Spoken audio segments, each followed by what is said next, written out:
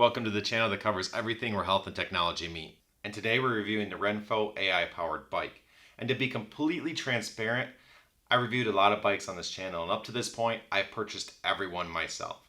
And RENPHO did provide this one. It's not sponsored, I'm not being paid.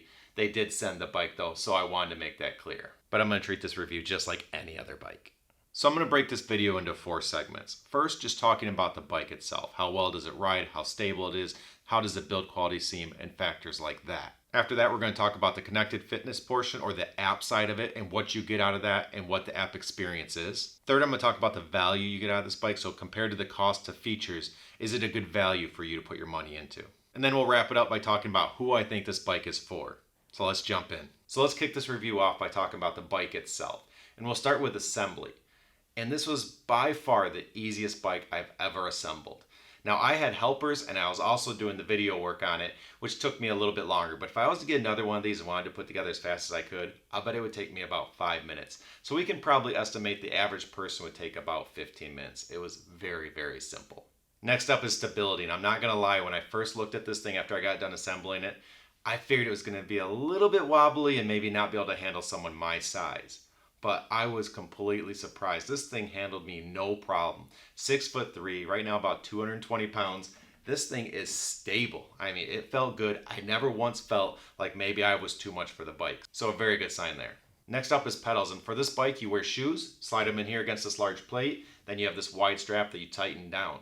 Now, if you ever watched my videos before, you know I'm more of a fan of the clip-in style shoes that make you really secure. But to be honest, for what this is, it actually worked quite well. It felt comfortable, which a lot of times cages don't always feel the most comfortable, and it was pretty secure. So I think a lot of people that are going to be getting this bike more on the entry level side of things, or maybe new to this, are going to feel pretty good with this setup here. As far as the resistance knob goes, it's actually up here. Now, a lot of bikes you're used to reaching kind of down here, and when you're riding you have to reach down a little bit, which isn't a big deal at all, but it's kind of nice that this one's right up in front of you. It has a digital display on it, so you can read some information about your current settings and a few other things you can do with it. And it makes it very easy to adjust, and you always know right where you're at. So I do like that about the bike. Next up is adjustability, and this bike is 3-way adjustable, meaning these handlebars go up and down, and the seat goes forward and backwards and up and down. So you have a lot of adjustability to make it work for a lot of different sizes of people. And in my case at 6'3", I felt completely comfortable. I never felt like I was too big for this bike. So I feel like a lot of people could dial this in and make it work quite well for them. I had no problems with adjustability. So let's wrap up the bike segment by talking about the resistance, or the bike feel. And to be fully honest, when I first jumped on this, I immediately thought, oh no, the resistance on this is not good. But once I put a couple minutes into it, I realized it's not bad at all. It's just very different. So I want to spend a little bit of extra time talking about the feel of this, so that way you can identify if this is a good option for you or if a different bike might be a better option. Now, if you compare to like a Peloton or a lot of the bikes you might know, they have really large flywheels on them. And what I mean by this is when you get riding, that large flywheel starts really moving quickly, and it builds inertia, and it creates a sort of support you feel. And what that feels like is if you're riding really hard and you suddenly say, I need to take a 5-second break. I am just overwhelmed, but I'm going to get right back into it. I just need to catch my breath. It will still keep moving. Those pedals will still keep turning. Where this one's different. It doesn't keep moving. When you stop, it stops. And it kind of creates a scenario where you need to keep moving. It's challenging you. It wants you just to not stop at all. And as long as you keep going, it is right there with you and it feels good. So if you just decide to take a break mid-ride, this is going to stop with you, and then you're going to have to get going again and find that consistency. And that is the one thing I noticed about this bike, is consistency is king. You need to find the speed you want to be at and try to maintain that speed, and it ends up being a very smooth ride. And then when you want to adjust, you work your way to a new cadence and you start maintaining that. But it's not necessarily a bike that I would recommend just trying to jump all over the place. Like, I'm going to go this fast, then this fast, and try to abruptly change your speeds, because it doesn't adapt as well as maybe other types of bikes. But if you just find your speed and stick to it, it really gives you a great workout, and it will test you and it will make you work for it, which are all good things. So to clarify a little bit, this bike really shines at the low to mid resistance levels.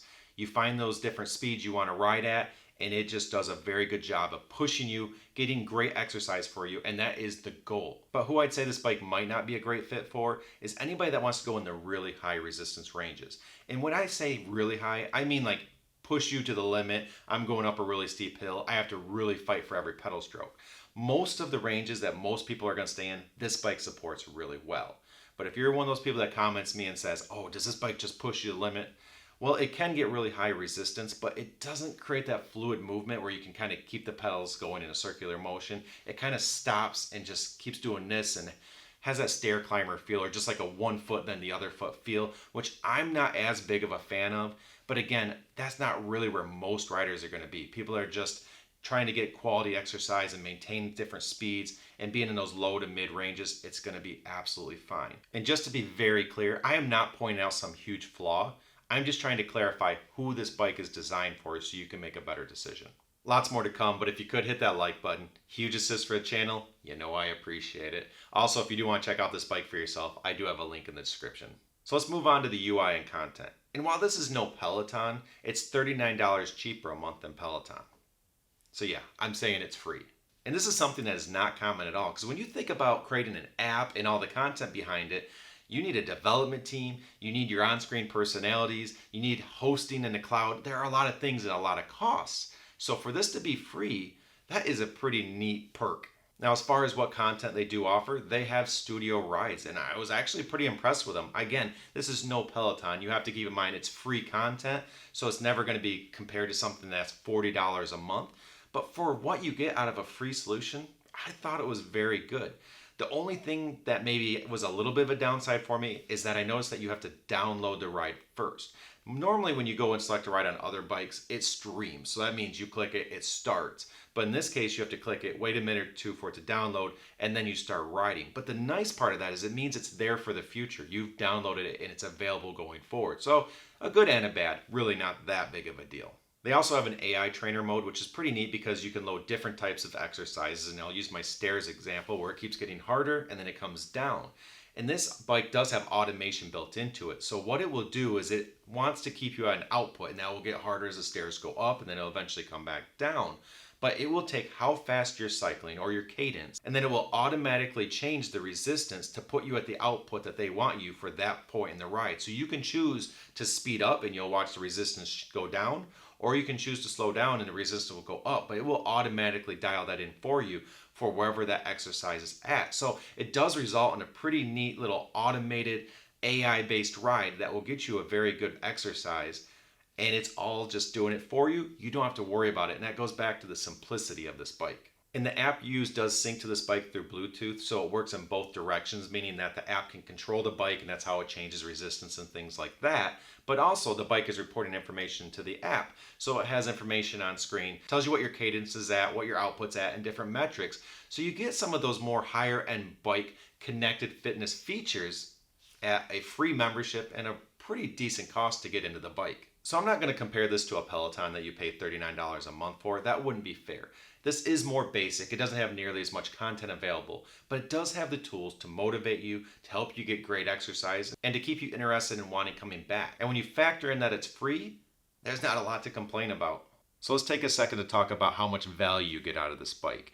And to be honest, this one's kind of special because it checks off a lot of boxes that you'd expect on more higher end bikes.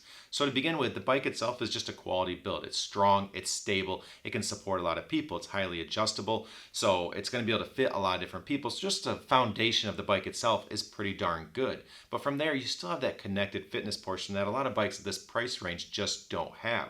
So you still have the data sharing, so you can see information about the bike and what's going on, what speed you're cycling at on your screen. You have the rides that you can follow along with, all the content that's available there, the AI stuff for different ride types to change it up and keep it interesting. There are just a lot of check boxes that are getting checked off with this bike. And when you factor in, as of filming this video, the bike is around $700 and there is no monthly membership fee, the value of this bike is actually very nice. And so it does offer a lot of value, and that's why I also want to talk about who this bike could be for. So who is this bike built for?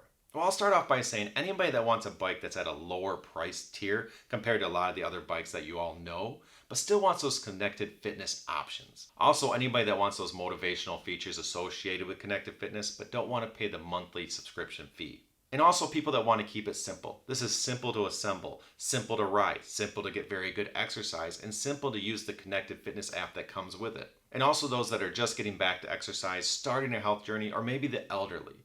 And that goes back to this being a simple and easy to use bike. You basically put your shoes on, put your feet in, strap them down, and you can get exercising right away. And it's easy to do that. It's easy to load the app and follow along with that. It's easy just to ride if you want to use it in that mode over more of a manual mode. It's very easy just to get very good exercise without having to do a lot. And the rides aren't overly complicated. You're not going to be in and out of saddle like crazy. You're not going to have to be grabbing weights. It's just a simple, straightforward exercise and a quality cardio. Well, I hope that's helped you out. And if it has, don't forget to hit that like button. I really appreciate it. Also, don't forget to subscribe to stay on top of all the newest health and technology content. But until next time, here's to a healthier you.